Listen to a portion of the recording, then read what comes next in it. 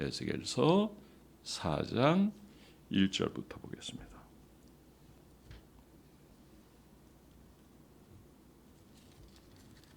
1절부터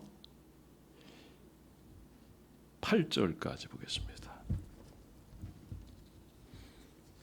1절부터 8절 같이 읽습니다. 시작.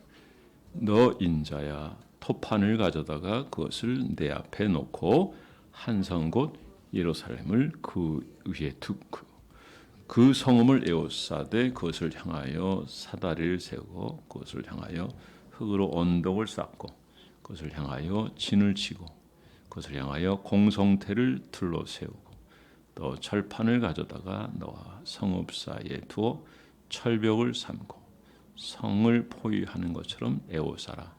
이것이 이스라엘 족속의 징조가 되리라. 너는 또 왼쪽으로 누워 이스라엘 족속의 죄악을 짊어지되 내가 눕는 날수대로 그 죄악을 담당할지니라. 내가 그들의 범죄한 횟수대로 내게 날수를 정하였나니 그 390일이니라. 너는 이렇게 이스라엘 족속의 죄악을 담당하고 그 수가 차거든 너는 오른쪽으로 누워 유다 족속의 죄악을 담당하라. 내가 내게 40일을 정하였나니 하루가 1년이니라. 너는 또 내 얼굴을 에워싸인 예루살렘 쪽으로 향하고 팔을 걷어올리고 예언하라. 내가 줄로 너를 동일이니 내가 에워싸는 날이 끝나기까지 몸을 이리저리 돌리지 못하리라. 아멘. 예, 다 읽지는 않았어요. 예, 다음 시간에 이어서 하겠고요. 오늘은 이 4장 전체가 징조가 된 에스겔의 징조.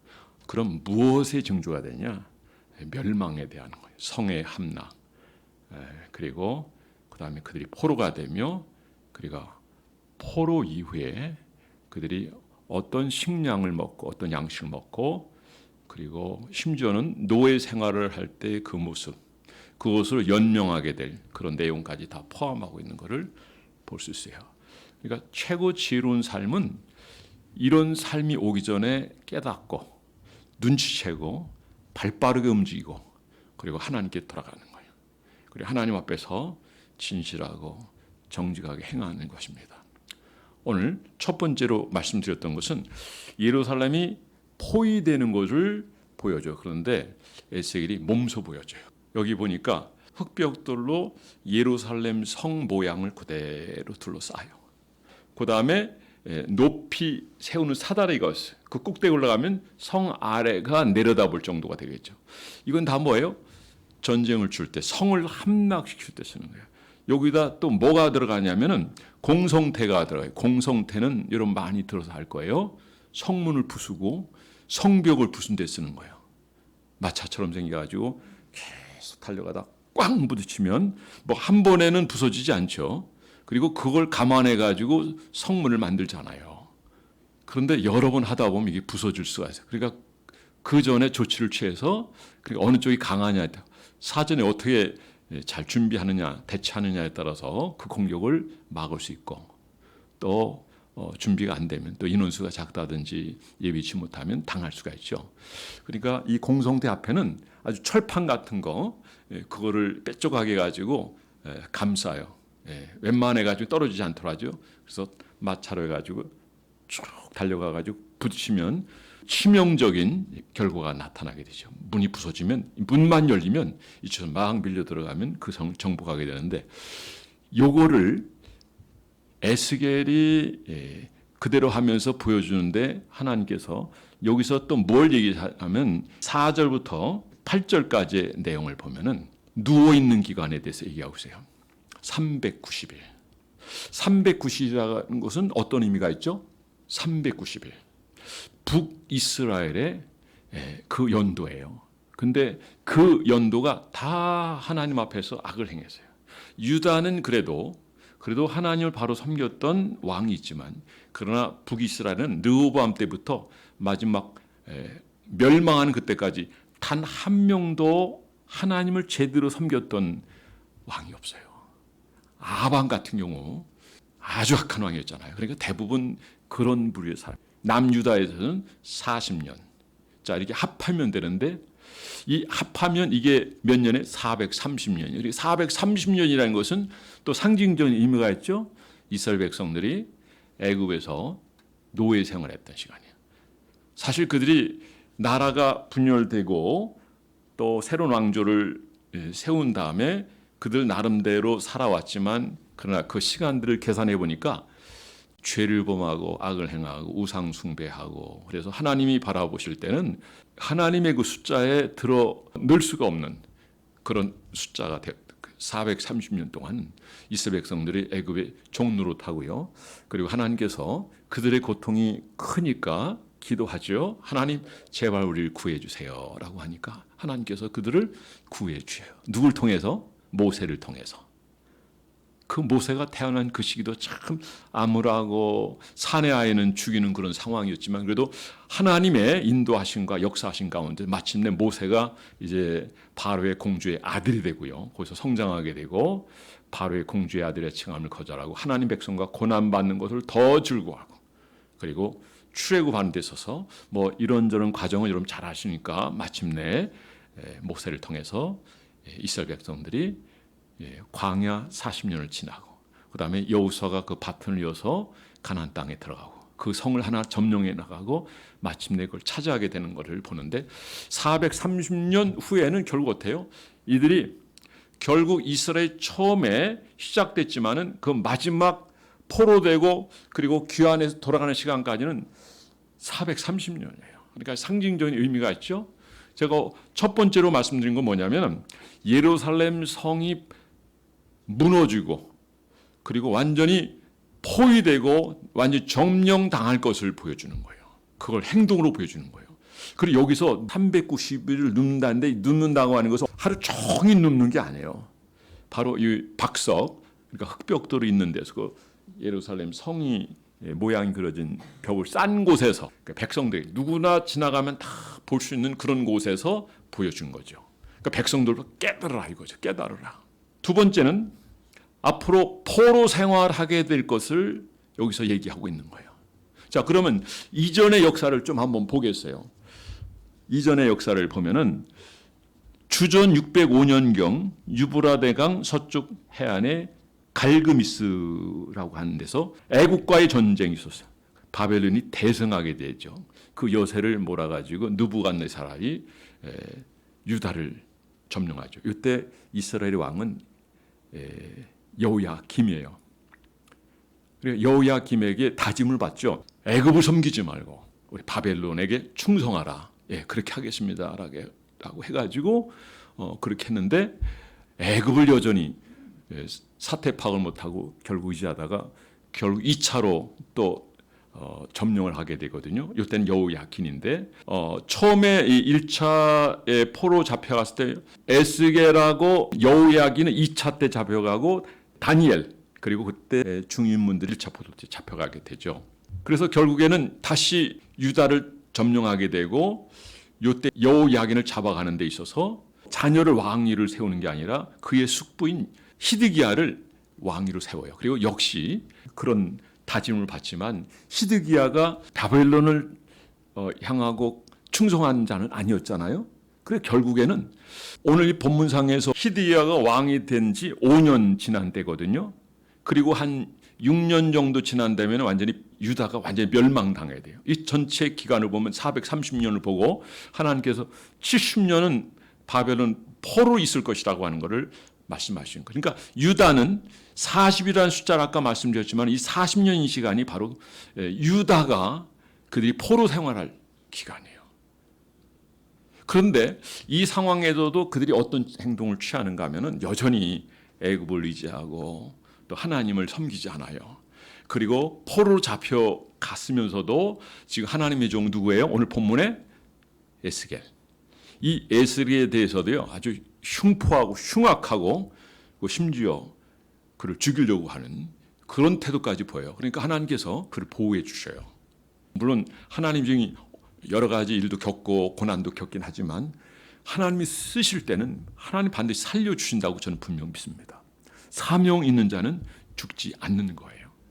자, 여기 이제 3장이 있었던 거거든요. 이제 4장에서 에스겔을 통해서 앞으로 이스라엘 이렇게 멸망한다. 성이 완전히 회파되고 그리고 포로 생활을 하게 되는데 9절부터 마지막 절은 그들이 얼마나 힘겨운 삶을 사는가 그걸 보여주고 있어요. 자, 우리 한번 8절 말씀 한번 다 함께 읽어보신다. 8절 시작. 내가 줄로 너를 통일이니 내가 에워싸는 날이 끝나기까지 몸을 이리저리로 돌리지 못하리라. 몸을 끈으로 동의. 물론 자기가 동이지 않았고 사람들에게 도움을 받았을 거예요. 그리고 제가 앞서 얘기했지만은 그 390일, 40일을 하루 종일 그렇게 있었지는 않았다는 거죠. 이 해석이 그래요. 그리고 하루를 1년으로 계산하는 거였어요. 우리가 여기 7절 말씀 한번 읽어보면 팔소매를 걷어 올렸다. 이 얘기는 무슨 얘기냐면 하나님이 반드시 하겠다는 거예요. 뭘 하겠다는 거예요? 심판하겠다는 거고. 그러니까 전제가 되죠. 그들이 하나님 앞에 들어가고 회개하고 하나님의 말씀을 듣고 따르면은 이런 일들은 어떻게 해요? 하나님께서 다 없어지도록 하실 거예요. 근데 그들이 따르질 않아요. 주의 종을 죽이려고 합니다. 그런데요, 그 시대에 하나님의 종들이 어떤 얘기를 하냐면 소위 선지자라고 하는 사람들이 다 평화다 얘기하고 그리고 좋은 시대가 올 거다. 지금은 어려움이 있지만 앞으로 좋은 시대가 올 거다. 참 듣기 좋은 소리예요. 예레미야 시대도 그렇고 에스겔 시대 때도 그래요. 예레미야하고 에스겔은 약 20년, 에스겔이 어려요. 예레미야가 나이가 20년 더 많아요. 그런데 2차 포로 때 에스겔이 잡혀갔어요. 잡혀갔지만 그 현장에서도 하나님이 일하셔요. 누굴 통해서? 에스겔을 통해서. 왜 하나님께서 그럼에도 불구하고 왜 이렇게 에스겔을 통해서 하나님 말씀을 전하고 그들에게 앞으로 다가올 심판에 대해서 멸망에 대해서 얘기했을까요? 그는 하나님의 관심과 하나님의 사랑이에요. 우리가 어려운 일을 당하지만 그래도 여전히 하나님 말씀을 들을 수 있다는 것, 예배를 들을 수 있다는 것은 무엇을 의미합니까? 하나님 여전히 우리를 사랑한다. 하나님 여전히 주의 종을 통해서 말씀을 전하시는 이것은 하나님의 긍휼과 은혜가 있음을 기억하시기 바랍니다. 여러분 지금은 복음을 들을 수 있지만은 복음을 들을 수 없을 때가 올지도 몰라요. 여러분 이거 인정하십니까? 깊이 생각해야 돼요. 연구해야 돼요. 그리고 우리는 일반 이런 그 말하는 것들, 뉴스 이런 것만 보면 안 돼요.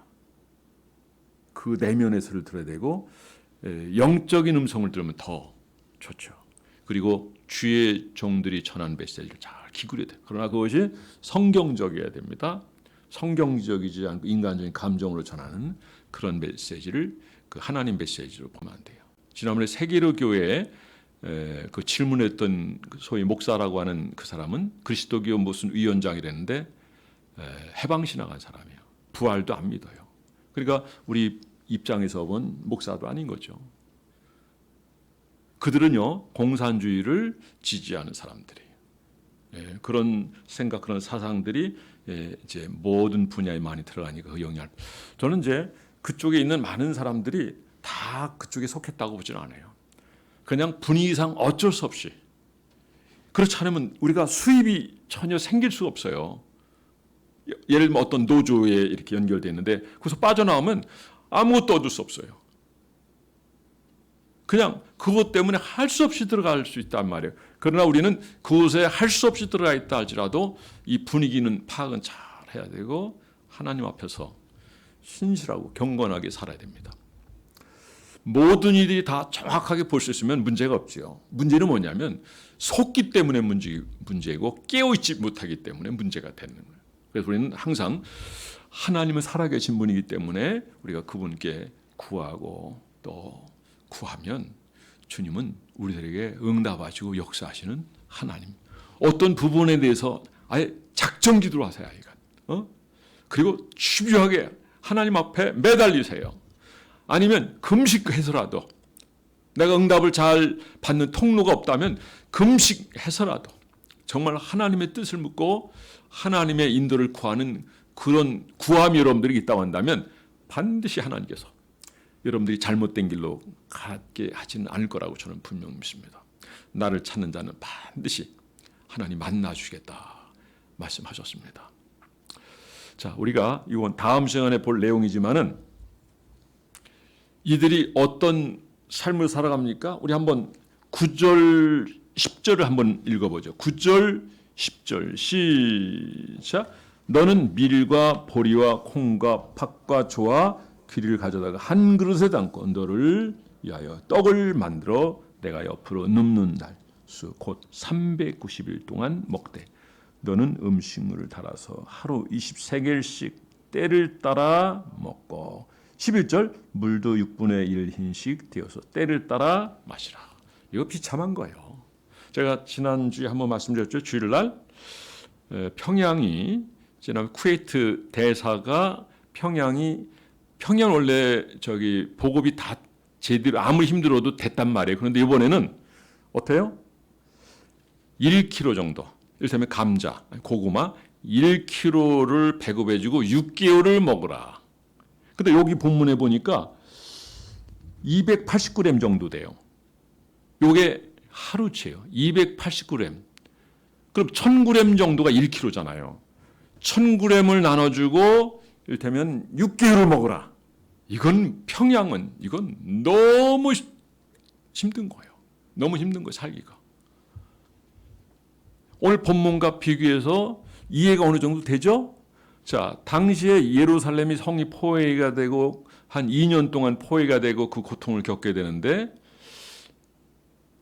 참 기가 막히죠? 이것도 참 감사한 일이에요. 그런데 이것도 적다고 그러고 이것도 너무 힘들다고 그러는데 여기 보세요.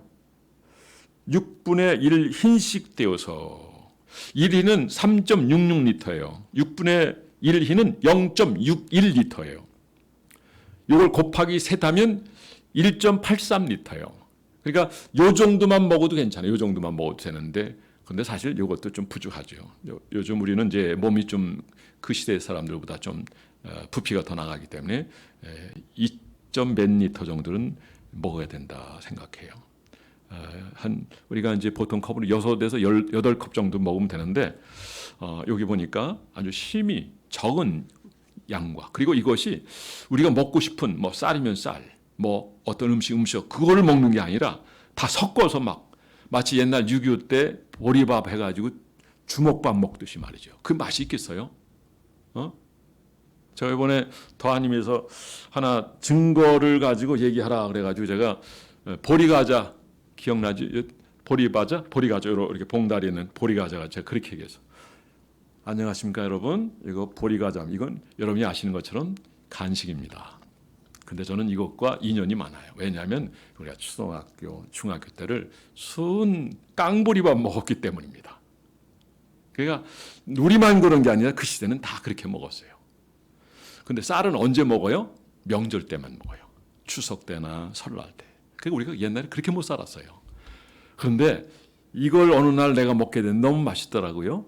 그리고 운전하다가 이거 보니까 찢고 또 이걸 먹다 보니까 졸음이 사라지고 운전을 잘 할 수 있어요. 아무리 먼 거리라도 이거 하나면 되겠다라는 생각이 들었습니다. 앞으로 이 보리 과자가 있으면 아무리 긴 여행일지라도 운전을 잘하고 여행을 잘 갔다 올 것 같습니다.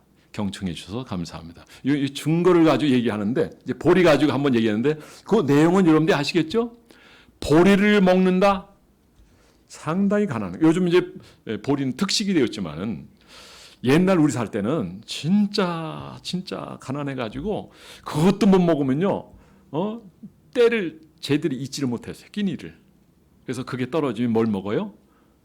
그냥 감자 이제 일반 그런 것들 뭐 옥수수 이런 거 가지고 양식을 대시. 우리가 과거에 그렇게 못 살았는데 지금은 너무 잘 사는 거죠. 너무 잘 사는 거죠. 어쩌다가 이런 부분을 우리가 다 잃어버릴지도 모른다는 그런 생각이 지금 들고 있습니다. 자, 여기 보니까 또 하나가 뭐가 나오냐면 그 다음 시간에 자세히 제가 이제 새벽에도 말씀을 전하는 거니까 이어서 전하는 거니까 그때 얘기했지만 하나님이 음식을 만들어 먹는데 그걸 구워 먹는 게 되냐?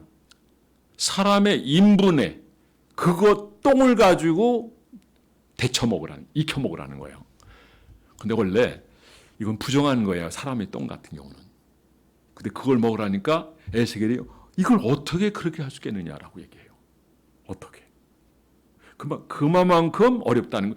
그러니까 이거는요, 과거에 어떤 생활을 했는가 하는 걸 보여주는데 그게 뭐냐면 애굽에서 노예 생활할 때 가축의 똥을 가지고 그렇게 먹었어요. 충분히 먹는 것도 아니고 힘들게 먹었는데 너희들이 하나님 앞에서 깨우지 못하고 바로 살지 못하고 그리고 우상 숭배하고 하나님의 종의 말을 듣지 아니하고 너의 길로 간다면 지금 유다가 그렇고 북이스라엘은 그래서 벌써 망했잖아요. 벌써 망했어요. 그렇잖아요? 그러니까 너희가 이렇게 어렵고 힘든 삶을 살았는데 여기서 빠져나갈 수 있는 길은 뭘까? 그건 하나님 앞에서 영성의 회복이고요. 그리고 죄를 우리가 이겨야 돼요. 그리고 우리가 가지고 있는 그 죄에 대해서 하나님 앞에 내어놓고 용서를 구하고 회복의 자리에 들어갈 때 하나님께 우리에게 긍휼과 은혜로 함께해 주실 줄 믿으시 바랍니다. 하나님께서는 이스라엘 백성들의 회복을 원하셔요. 그런데 그들 스스로가 이걸 거절하고 있어요. 그런데 하나님은 그들과 상관없이도 하나님은 그들을 긍휼히 사랑하시기 때문에 결국 어떻게 해요? 결국에는 그들을 바벨론 포로에서 결국 고국 땅에 들어가게 하시고 그리고 그들이 다시 성전을 건축하고 하나님 섬길 수 있는 기회를 주지만 그렇다고 해서 그들이 그 생활이 하나님이 기대하는 만큼 계속 되어졌느냐? 그렇지 못하는 것을 볼 수 있어요. 어쨌든 지금 이스라엘이라는 나라를 좀 생각해 보면 그들이 나라를 잃어버리고요. 소위 2000년 동안 나라 없이 지냈어요. 저는 그걸 요즘 생각을 좀 하게 됩니다. 지금 우리는 코로나 때문에도 예배를 잘 못 드리고 겁먹어가지고 잘 나오지도 못하는 상황이지만은 유대인들은요 2000년 동안 어떻게 신앙을 지켰습니까? 목숨 걸고 지켰어요. 우리의 이런 분위기라면은 이렇게 정부에서 이렇게 예배를 못 드리게 하고 자꾸 이렇게 하는데 그러면은 이런 식으로 하면 교회 이렇게 다 없어지는 데는 시간 얼마 안 걸린다고 봐요. 근데 유대인은 달랐어요. 그 오랜 기간의 그 아픔과 어려움과 고난과 그런 과정을 통해서 소위 그런 대로 나름대로 그들이 어떤 하나님과의 관계가 회복이 되어져 가고 있다는 거예요. 물론 지금도 유대인이 A급, B급, C급 신자가 있지만 뭐 우리는 안 그런가요? 여기 우리가 다 앉았지만 다 우리가 대단한 강성한 믿음을 가진 게 아니란 말이에요. 그래서 저는 여러분들이 더욱 배우고 확신한 일에 관이 여러분 되기 바랍니다. 여러분이 알고 있는 지식이 전부라고 생각하지 않기 바랍니다. 그래서 우리는 하나님 말씀을 늘 가까이 하고 묵상하고 어떻게 하면 이 말씀대로 살까. 그리고 우리가 신앙생활한테 너무 중요한 이 세 가지는 우리가 꼭 겸비해야 됩니다. 그건 뭐냐면 예배예요. 첫째. 그리고 기도와 말씀이에요. 그리고 또 하나 우리가 거기다 하나 더 붙인다면 성도 간의 아름다운 교제예요. 코이노니아예요. 따라서 해보죠. 코이노니아. 예. 자, 말씀의 결론을 맺겠습니다. 자, 하나님께서는 오늘 이 말씀을 통해서 에스겔을 통해서 멸망의 징조를 보여주고 있어요. 참 에스겔 입장에서 너무 힘들죠. 앞으로 성이 무너지게 될 거다. 너희들 좀 미리 깨닫고 하나님 앞에 바로 서라. 이제 너희가 포로가 될 것이다. 또 뭘 얘기해요? 너희의 양식이 이럴 거다. 아주 궁핍한 생활할 거다. 그런데 너희가 하나님께로 돌아오면 너희가 하나님께로 돌아오고 회개하면 이런 상황은 없을 것이다. 여러분 하나님이 우리에게 희망이에요. 소망이에요. 여러분 그분은 우리 사랑하시고 우리 국민이 여기신 분입니다. 오늘 이런 상황, 이런 현실에서 우리가 해야 될 일은 무엇일까요? 그는 하나님 앞에서 경건한 거예요. 깨어있는 거예요. 죄를 죄로 여기고 그리고 회개할 때 회개하고 그리고 말씀의 회복이 있어야 돼요. 예배의 회복이 있어야 돼요. 기도의 회복이 있어야 돼요. 성도 간의 교제의 회복이 있어야 돼요. 성령과의 교제가 이루어져야 될 줄 믿습니다. 적어도 우리가 성령님과 교제만 되어진다면 다른 것 좀 부족해도요. 그분이 깨우쳐주시고 알려주시고 일깨워주니까 다 회복될 가능성이 있어요. 할렐루야. 그래서 저는 무엇보다도 주님을 늘 의지하시고 그분의 세미한 음성 듣는 여러분 되기 바랍니다. 우리가 그분에게 우리 자리를 내어드리면 주님이 그 자리에 계시게 돼요. 그리고 그분을 모시고 살 때 우리는 그분의 아름다운 인도를 받게 될 줄 믿으시 바랍니다. 저는 오늘 이 말씀을 통해서 어려운 상황이지만 이것이 하나님이 원하시는 것이 아니라는 것. 그건 뭐냐면 회복이에요. 그리고 하나님의 복이에요. 우리도 이걸 기억하고 우리 행동에 의해서 우리의 미래는 결정될 거예요. 하나님 앞에 돌아오고 예배가 회복되고 기도가 회복되고 그리고 성도 안에 아름다운 교제가 이루어지고 이건 모여야 되는 거지 집에 있어가지고 되는 게 아니거든요. 그리고 정말 섬김과 봉사가 또 여러분 삶 속에 차고 넘쳐서 여러분을 통해서 많은 일이 세워지고 또 회복을 얻는 그리고 하나님 앞에 정말 교회로서 정말 그 역할을 잘 감당할 수 있도록 여러분 구성 한 분 한 분이 최선을 다하고 교회를 통해 주의 영광 드러내는 이번 한 주간 또 이달이 될 수 있기를 주의 이름으로 축원합니다.